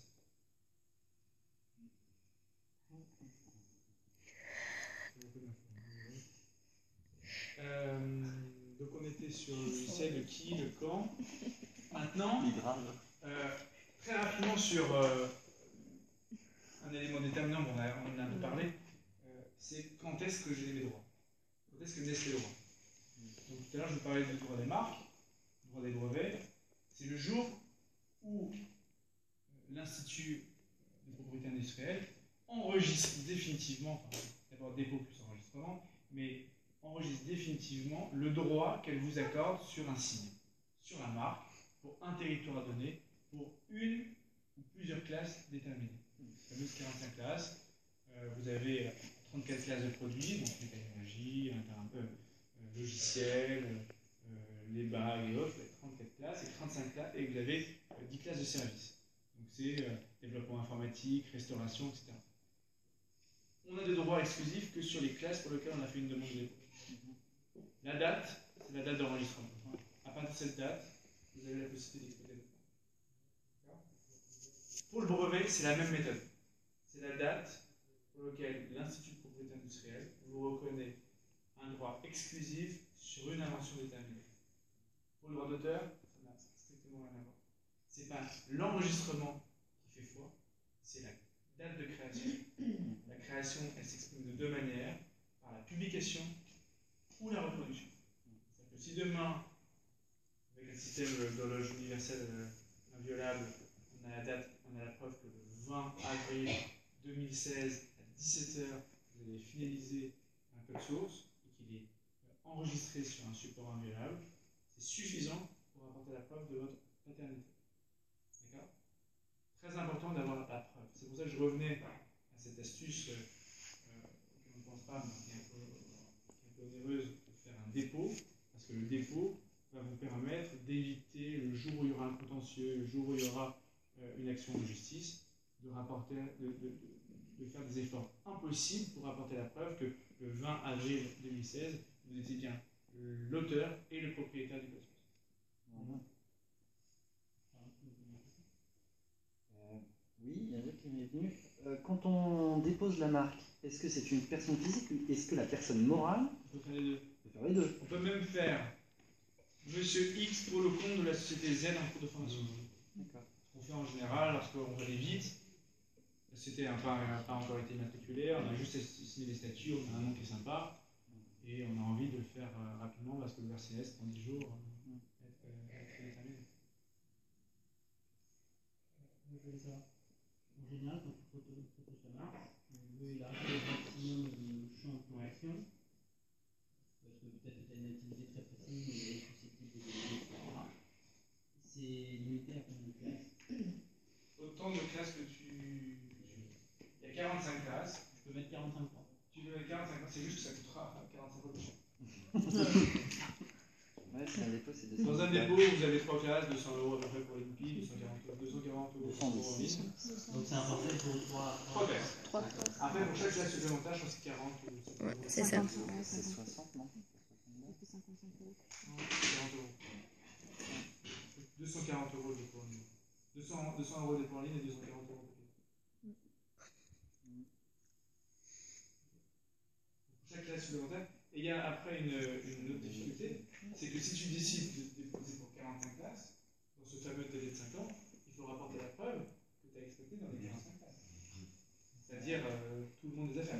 Et si tu ne rapportes pas la preuve pour les 45 classes que tu as déposées, au bout de 5 ans, quelqu'un qui voudrait déposer à l'ARC pourrait le faire en faisant une action d'échange. Vous n'avez pas développé, vous n'avez pas exploité, vous n'avez pas commercialisé. Rapportez-moi la preuve. On a renversé la charge de la preuve. C'est celui qui a déposé rapporté la preuve qui a bien exploité par rapport à tout le monde. Mais ça prend en compte les filiales et les filiales d'une Si vous entreprise. avez des filiales, tant mieux, mais. Ah oui. Mais il faut exploiter sur toutes les classes ou il Toutes les suffit- classes. Sur toutes les classes. Toutes les classes. Ah, C'est pour ça que ça n'a pas de sens. Ça n'a pas de sens. L'intérêt d'une marque, c'est de protéger celui qui l'exploite. Sinon, vous aurez Microsoft Google qui déposerait toutes les marques du monde, tous les brevets du monde, et qui empêcherait toute la terre entière de travailler et d'innover sous réserve de payer des redevances. Il n'y a que aux États-Unis que ça marche comme ça. C'est dans un paquet actionnaire pour qu'il y ait une clause de concurrence avec les associés ou un employé qui est décidé par ça. Bref, là, théoriquement, la rémunérer. Ce qui se passe, c'est que plus elle sera élargie, ce qu'en général un actionnaire préfère faire. Et en même temps, limiter géographiquement avec notre. Mais en général, un actionnaire préfère l'élargir un maximum. C'est-à-dire, plus je l'élargis, plus je peux la payer cher. Il n'y a pas de règle, mais c'est dans une négociation assez intelligente. Plus tu restreins la possibilité pour un notaire, un associé, un salarié de travailler à une branche, plus la contrepartie financière va être élevée. D'ailleurs, il y a des décisions. 50, 15, 10, 20, non, 30 pour redoubler. 30% de ça. Donc on était sur le camp. Droit de propriété intellectuelle, droit d'auteur, droit des marques, droit des brevets, enregistrement, droit d'auteur, le jour de la création. Après on a le comment. Comment s'assurer qu'on est bien propriétaire d'une création. On a déjà tout parlé dans la hiérarchie de développement, mais ce qui est la base, c'est le contrat. Le contrat de dépôt. Le dépôt, bon, si vous êtes dépositaire et que vous avez développé, bon, logiquement, le dépôt, vous êtes intervenir avec vous-même. Le dépôt fait naître les droits, une forme de reconnaissance par un tiers d'une propriété sur un contenu déterminé. Il peut être graphique, un logo, il peut être graphique et technique, c'est une charte graphique, il peut être technique et informatique, c'est le code source, c'est le logiciel, les composants et autres subsidiaires informatiques. Le contrat, lorsqu'il est la vocation de transférer les droits, est un outil déterminant. Pas de contrat, pas de droit. Donc lorsque vous êtes développeur, vous avez intérêt à garder pour vous et à attendre qu'un tiers, une société, votre société ou vos associés réunis au sein d'une structure ou un client ou un distributeur, un licencié veuille exploiter votre logiciel. Et à ce moment-là, il faut un contrat. Contrat de licence, contrat de cession, contrat de transfert, contrat de location, contrat de développement. Donc on a plusieurs formes de contrats, sachant que le contrat le plus important, pour avoir la certitude d'avoir des droits exclusifs sur un développement informatique, c'est le contrat de cession. Le contrat de cession, c'est le contrat par lequel un développeur, un propriétaire, cède la propriété pleine et intégrale, avec le droit exclusif attaché, sur une technologie, sur une ressource. Bien évidemment, pour s'assurer que le contrat est extrêmement efficace, rajouter une annexe avec, en support, un CD, une clé USB, avec la preuve que le code source dont on parle dans le contrat est bien celui qui figure en annexe. Le mieux, le top du top, à Rolls-Royce, c'est mettre sur un GitHub ou sur un support de stockage, avec transfert des droits d'administration sur l'espace de stockage. Et sur ces espaces de stockage, là, genre Dropbox, ou autre, parce que j'ai jamais eu les conditions d'utilisation, donc je ne l'utilise pas. Du coup, ils ne récupèrent pas aussi un certain nombre de droits sur les fichiers qui sont déposés, des trucs comme C'est ça. un mythe. Pas sur du code source, hein, mais sur Facebook, c'est un mythe. Non, mais en particulier sur Dropbox.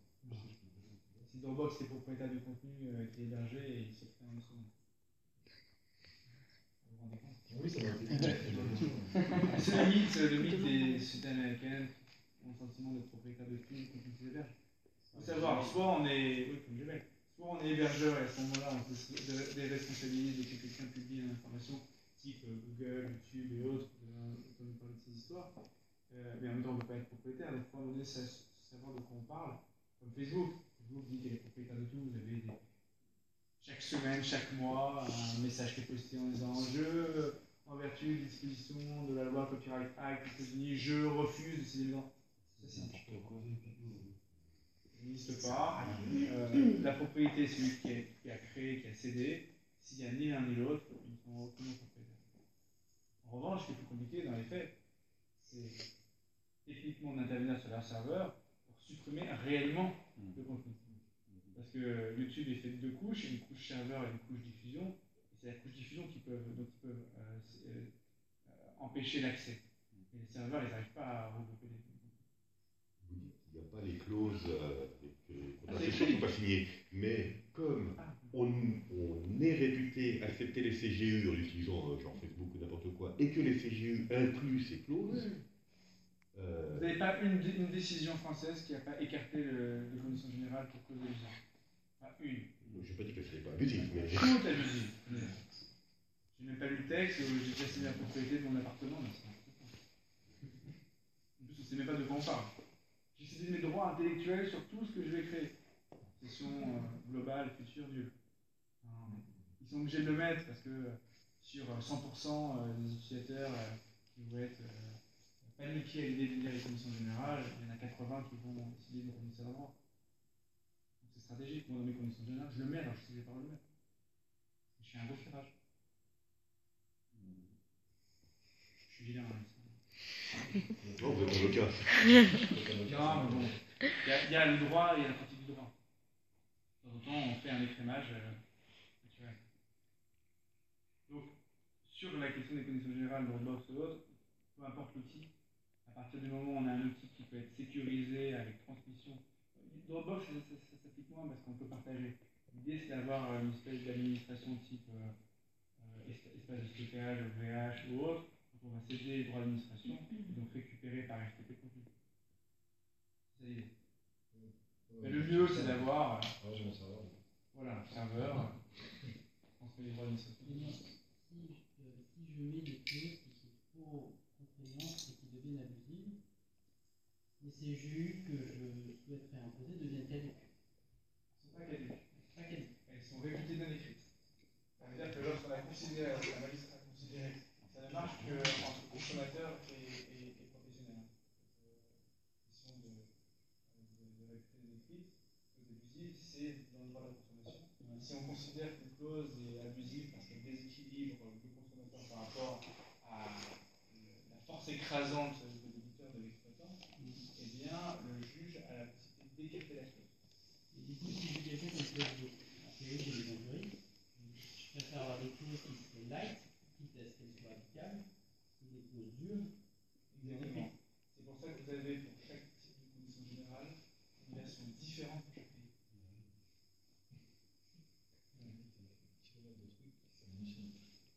Mais ils sont obligés. Condition générale, pourquoi vous avez des pop-up Gmail, pourquoi sur App Store vous avez accepté toujours à chaque mise à jour des conditions générales? Parce qu'ils s'adaptent. Je vous donne un exemple. Je crois que depuis le début de l'Internet, au moment où on a lancé les plateformes marketplace, vous aviez des éditeurs de sites Internet qui commercialisaient, distribuaient des produits vendus par d'autres. Il y a un principe de base qui est l'interdiction de l'encaissement pour compte de tiers, l'interdiction bancaire. Je n'ai pas le droit en tant qu'éditeur d'encaisser des sommes d'argent qui proviennent de la vente de produits d'un tiers. C'est interdit. Les petits malins ont inventé MongoPay. Litchi et MongoPay. Pour contourner comme ils l'ont fait, ils l'ont mis au Luxembourg. Seul pays européen, un principe libéralisé, qui autorise l'encaissement pour compte de tiers encadré, avec des agréments, etc. Donc, vous avez les ventes privées, toutes les plus grosses marketplaces qui ont été retoquées par la DGCCRF parce qu'elles n'avaient pas le droit de le faire et qui ont dû s'adapter en utilisant d'autres méthodes. PayPal aussi. Et PayPal a agrément maintenant. Comme MongoPay, comme les Monoway. Les Monoway aussi. Et qui ont fait tout le droit. C'était obligé de passer par eux. Tout, hein. Airbnb, tous les sites qui pense, cette positionnement stratégique de pas responsable parce qu'on ne propose pas de service, on ne fait que mettre en relation A et B entre offreur et demandeur, ont l'obligation de passer par un spécialiste de l'intégration. Pourquoi vous dites de monopole? Pourquoi ils ont contourné le système? Ils sont passés par leur filiale au Luxembourg. Et en quoi en passant en étant prestataire des paiements de Airbnb, par exemple? Ouais. C'est interdit. Non. Ce qu'on n'a pas le droit de faire, c'est quand on est éditeur d'une plateforme, d'encaisser pour le compte de tiers. Par exemple, vous êtes le propriétaire, André est locataire, sous-locataire, vous n'utilisez pas de la plateforme. Je ne peux pas encaisser d'André 100 €. Je peux, avec un système de rétrocommission, 6-6, prendre une petite sur l'offreur et le demandeur, mais je ne peux pas avoir la responsabilité juridique de l'opération bancaire. Je suis obligé de passer par un tiers qui va séquestrer les fonds et qui va sur injonction sur ordre de l'un et de l'autre, parce que la prestation a bien eu lieu, parce qu'il n'y a pas eu de casse, pas eu de vol, etc., remettre définitivement le montant de la prestation. Ça marche autour. Aujourd'hui, il y a une espèce d'explosion des plateformes de ce type, professionnelles et personnelles. Bon, je ne sais pas pourquoi on parlait de ça, mais on revient sur l'hébergeur. Je dis que si vous avez un outil qui permet de sécuriser le transfert des droits, on peut l'utiliser, que ce soit virtuel ou physique. Donc, contrat de travail, contrat de cession de droit de propriété intellectuelle, qui est le contrat le plus complet où on transfère la propriété de A à B. Dans ce contrat, il faut bien évidemment prévoir les droits que vous avez cédés. Il y a trois grands types de droits. Le droit de reproduction, c'est le droit de reproduire, fixer, faire les copies de logiciels. Vous avez le droit de représentation, c'est le droit de diffuser sur Internet, manipulation mobile, etc. Et vous avez un autre droit qui n'est pas un droit patrimonial, c'est un droit moral, qui est le droit d'adaptation. C'est bien beau d'avoir un code, mais un code est fait pour évoluer. Et si vous n'avez pas l'autorisation de l'ayant droit, du créateur initial, quant à l'évolution du code, il pourrait, au titre du droit moral, vous empêcher de le faire. C'est très important d'avoir le droit d'adaptation et le contrat de cession. Contrat de cession, contrat de licence. Contrat de licence peut être exclusif ou non exclusif. Vous autorisez un tiers à exploiter, commercialiser, diffuser votre création. Pareil, territorial, la durée, qui, quoi, comment, pourquoi, quelle rémunération. Très important de spécifier dans le contrat. Après, vous avez d'autres contrats comme la location, prestation de service. On va peut-être revenir sur le contrat de prestation de service développement. C'est le contrat par lequel un développeur s'engage à développer pour le compte d'un tiers, commanditaire, le client, un code source, une fonction logicielle, un site internet, une plateforme, sur la base de caractéristiques propres qui sont en généralité notamment téléphoniques. La rémunération peut être forfaitaire, proportionnelle, en général sur une commande pure, on peut avoir après des paliers, je dis n'importe quoi, le développement de session, un prix de 100, 80 pour le développement, 20 pour la session de droit, et pour la maintenance corrective sur 6 mois, c'est 30 de plus, maintenance corrective évolutive add-on, c'est 20 de plus. Et l'idée est toujours de conserver le principe de fonctionnalité. Après, vous avez, dans le cadre du contrat de distribution de licence, si vous avez développé un logiciel, que ce soit vendu physiquement ou en mode SaaS, par exemple, la possibilité de percevoir une rémunération proportionnelle sur le chiffre d'affaires généré par l'éditeur. Là, après, les contrats, j'essaie de rester un petit peu large sur l'aspect contractuel, mais dans tous ces contrats, ce qu'il faut retenir, c'est qu'il faut lister les droits, préciser le territoire, préciser la durée, préciser la rémunération, et enfin, c'est un petit peu le corollaire de toutes ces caractéristiques, la garantie. Parce que vous avez un développeur qui n'a aucune garantie, garantie antivirus, garantie d'éviction, garantie anti-open source, etc. Vous pouvez vous retrouver avec un logiciel qui est un peu bancal. Donc, quand vous êtes employeur, start-up, vous êtes cessionnaire des droits, vous venez exploiter les droits, vérifiez dans la clause de garantie que le développeur s'engage expressément à garantir que l'exploitation que vous allez faire du logiciel sera paisible. Et que demain, vous n'allez pas avoir un tiers au Japon, un tiers en Corée qui va venir vous voir, je vais donner le code que vous avez à Bienvenue, c'est bien, et j'ai la date, parce que j'ai fait un dépôt RPP en 2007. Ça veut dire que les développeurs s'engagent à des obligations de résultat. Pas obligation de résultat. Stabilité, bon, on est capable de dire si après une recette provisoire ou définitive d'un logiciel, c'est le logiciel est stable. Hein, on ne peut pas dire que suite aux évolutions du logiciel, on va garantir la stabilité. Mais au moins garantir qu'au moment où on va recéter le logiciel, recéter le développement informatique, que le logiciel est peu stable. Ça, on est capable de le faire. Et ce n'est pas une obligation de résultat sur le long terme. Demain, vous avez un stagiaire qui rentre au code, qui modifie son paiement, tout le code est déstabilisé. Non, le prestataire ne sera pas responsable. Il sera responsable au moment où il signera le procès verbal de recette, dans lequel, contradictoirement, les deux parties sont sur une machine de référence, testent le logiciel, testent le site, et on se rend compte qu'il n'y a ni anomalie bloquante, ni anomalie mineure, ni anomalie de typographie, et que le site est stable et fonctionnel. On signe ce PV recette, et à ce moment-là, le développeur, la CPI, est quasiment exonéré de toute responsabilité. Désolé, j'ai dû rappeler, mais c'est quoi Procès verbal de recette, c'est le document par lequel le client et le développeur se mettent autour d'une table, prennent le cahier des charges, prennent le site internet ou le logiciel, et font une lecture analytique. Vous avez trois fonctionnalités, une fonctionnalité paiement, géolocalisation, une fonctionnalité identification par LinkedIn, une identification par Facebook. Je vérifie sur mon site, les trois fonctionnalités sont ces deux, le cahier des charges très précis. Si le cahier des charges est trop vague, il fonctionnera pas. Ce sera inutilisable. Si le cahier des charges est bien précis, avec une explication de cette fonctionnalité attendue, avec les besoins attendus, c'est parfait.